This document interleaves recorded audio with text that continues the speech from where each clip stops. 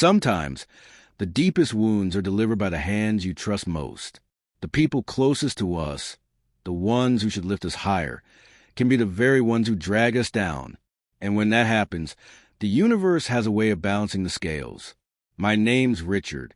I've been running my catering business for over 2 decades. 23 years of early mornings, late nights, burnt fingers, and quiet victories. I built it from scratch after my divorce. No investors, no backup plan. Just me, some secondhand equipment, and a dream. It wasn't just a job. It was my legacy.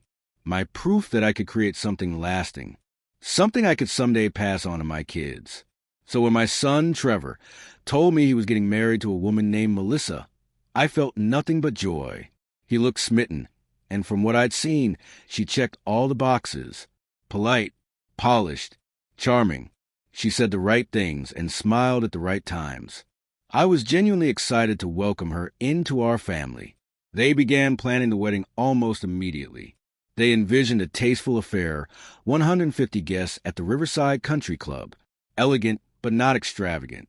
Trevor and Melissa started stressing over the costs, juggling quotes from vendors and venues.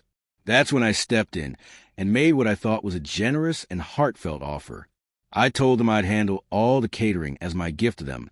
No invoice, no fees. From hors d'oeuvres to desserts, including a full-service staff and a custom wedding cake. Trevor lit up. He hugged me and thanked me like I'd just taken the weight of the world off his shoulders. Melissa? She smiled too, but it was tight, like something forced. There was a flicker in her eyes, just for a moment, something unreadable.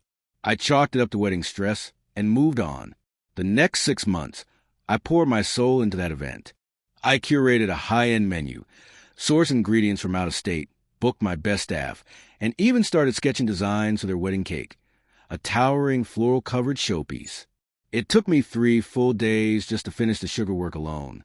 This wasn't just a gig. This was my son's big day. I wanted it to be perfect, for him. 1 week before the wedding, I was doing a walkthrough at the country club with my crew. We were testing the kitchen layout, double-checking delivery times.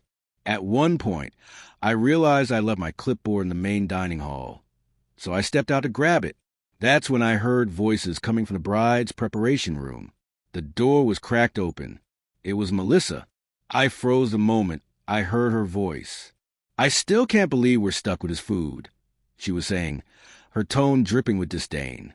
"Richard's catering is so basic. It's like having your wedding catered by a diner." I stopped breathing. Her maid of honor laughed, brushing it off. "Well, it's free, right? That's something." "Free and worth every penny," Melissa replied coldly.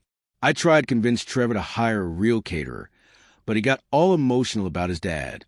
Honestly, I'm embarrassed. When people ask who did the food, I'll probably lie and say we handled it ourselves. Another voice joined in, giggling. "The menu does sound kind of ordinary." "Ordinary is generous," Melissa scoffed. "I've eaten at his shop. It's just comfort food. Nothing elegant, nothing modern.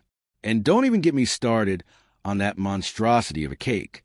It's so over-decorated, it looks like it belongs in a grocery store window." I asked for clean and modern. He gave me a botanical disaster. My hands went cold. I stood there, hearing her rip apart everything I had worked so hard to create. Not just the food, but my business, my passion, my name. And then came the gut punch. The worst part is, Trevor thinks his dad is some kind of genius. He doesn't realize that Richard's business is practically sinking. I've seen the numbers. This whole gift is just him trying to get some sympathy clients. That was a flat-out lie. My business was thriving. I had 3 other weddings lined up that same weekend, but I turned them all down.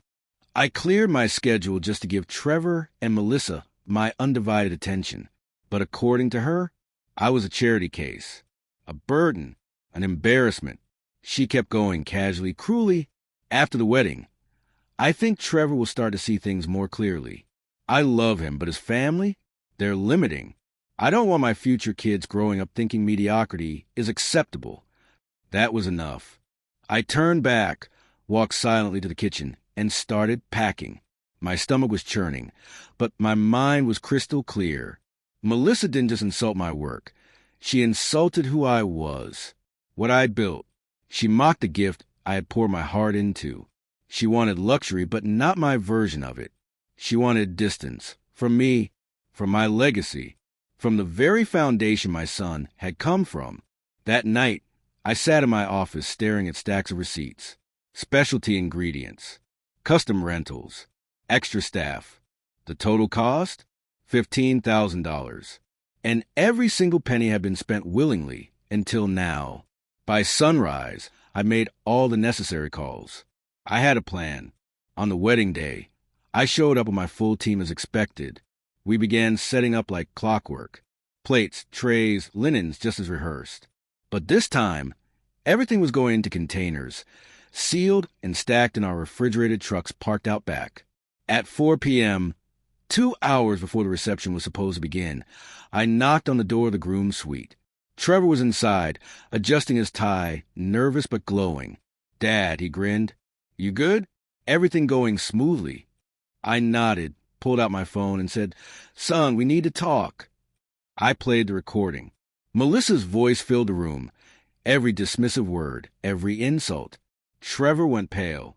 When it ended, he stared at me in stunned silence. "I don't need thanks," I said softly, "but I do expect respect. If Melissa believes my work is beneath her, I won't force her to endure it." He opened his mouth to defend her, but I raised my hand. She meant what she said, and she's allowed to feel that way. But I'm also allowed to choose where I give my time and effort. I handed him an envelope. Inside, a check for exactly $15,000. That's what your catering would have cost. Use it to order whatever Melissa considers suitable for the reception. I'm sure there's a few pizza places nearby. Trevor's hands were shaking. "Dad, you can't." "Not now. The wedding's in 2 hours. I know exactly when it is. And right now, my team is packing up to leave. What am I supposed to tell everyone?" I looked him straight in the eye. "Tell them your bride got exactly what she wanted." Then I walked out. Within 30 minutes, we were gone. Trucks pulled away from the venue. Food untouched, staff dismissed. I heard what happened later. Trevor and Melissa scrambled to call every restaurant in a 5-mile radius. Guests were served pizza, sandwiches, and plastic cups at their elegant country club wedding. Half the guests left early. The photographer caught Melissa sobbing in the bathroom. Trevor was on his phone all night, trying to coordinate food while dodging disappointed relatives. The marriage didn't last a year. 8 months after the wedding, Trevor called me. The divorce was finalized. He apologized, not just for Melissa's words, but for not defending me, for not seeing through her, for not appreciating the gift I'd tried to give. He asked if we could start over. I said yes, because that's what fathers do. But I never forgot that day. It taught me something lasting. Generosity is not an obligation. It is a choice. And when someone shows you who they truly are, believe them the first time. Sometimes the most powerful gift you can give is the consequence of their own choices.